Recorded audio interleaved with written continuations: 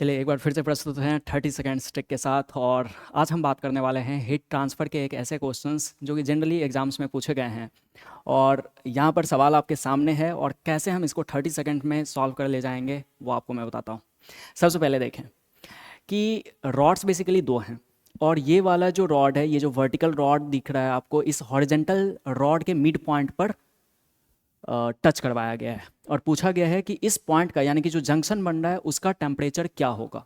सही, लेंथ दोनों के सेम थे, मतलब सारे एस्पेक्ट्स में ये आइडेंटिकल हैं। सही, अब ध्यान से सुनना, A and K are same for all the rods. अब टेम्परेचर आपको निकालना है, ध्यान सुनिएगा, सुनना इंपॉर्टेंट है। क्या यहाँ लेंथ एल है, यहाँ L/2 है, यहाँ L/2 है। सबसे पहले क्या कर लीजिए, लेंथ के कोफिशिएंट्स को लिख लीजिए। तो लेंथ के कोफिशिएंट क्या है, यहाँ पर L का 1, फिर यहाँ पर L/2 तो L/2 का 1/2, फिर यहाँ भी क्या है 1/2 है। सही, अभी आप देखो ये फ्रैक्शंस में है तो आप इसको क्या करोगे, इंटीजर बनाने की कोशिश करोगे।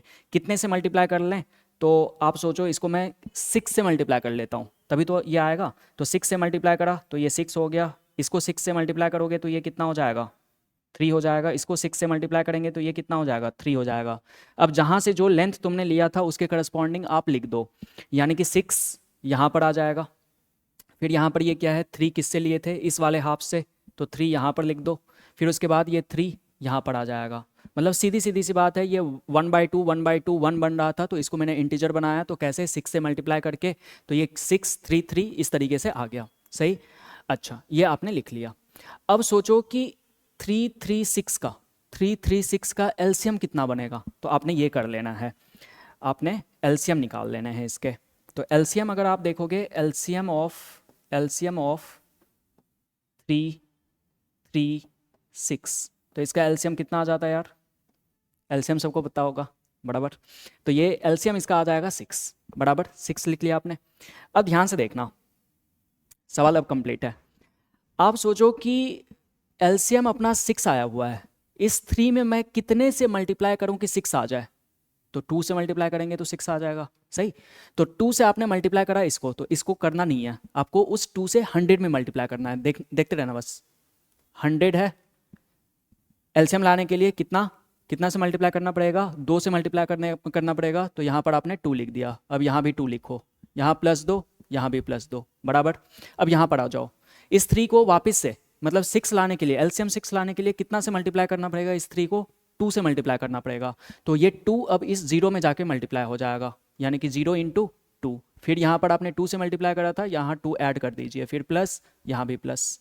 फिर उसके बाद अब सोचो 6 लाने के लिए, एलसीएम को 6 लाने के लिए इस 6 में कितने से मल्टीप्लाई करना पड़ेगा, एलसीएम को 6 लाने के लिए इस 6 में कितने से मल्टीप्लाई करना पड़ेगा, 1 से मल्टीप्लाई करना पड़ेगा। तो 1 से अगर आपने मल्टीप्लाई करा है यानी कि 25 × 1, और यहाँ पर कितने से मल्टीप्लाई करा था 1 से, तो 1 ऐड कर दीजिए, खत्म, सवाल खत्म हो गया है। तो जरा देखते रहिएगा, ऐड करिए इसको, 200 + 25, 225 डिवाइडेड बाय कितना 5, कितने के बराबर आ गया 4, 5 5 जा 25 है ना। तो ये 45 डिग्री सेल्सियस जो है वो अपना टेम्परेचर आ जाएगा जंक्शन का, यानी कि अपना आंसर कौन सा है 45 डिग्री सेल्सियस है बराबर है क्या। अगर मान लीजिए ये फ्रैक्शन में नहीं रहता, लेंथ फ्रैक्शन में आपको नहीं मिल रहा है, मान लो कि ऐसा मिल रहा है L 2L 3L, तो कोई बात नहीं है 1 2 3 उसका एलसीएम देख लेंगे बराबर है क्या चीज़ें। तो अगला सवाल मैंने आपके लिए रखा हुआ है, और अगर समझ आया हो तो लाइक करिएगा और कमेंट में अपना आंसर भी बताइए इस वाले सवाल का। ये सवाल है आपके सामने, कमेंट में ज़रूर से आंसर बताने, जो आंसर बताओगे उसके आंसर को मैं पिन करूँगा। सवाल आपके सामने है, जैसे मैंने लिख भी दिया है, क्या लेना है कोफिशिएंट 1 2 3 लेना है और आपको टेम्परेचर इस जंक्शन का बताना है बराबर है क्या चीज़ें। चलिए, थैंक यू।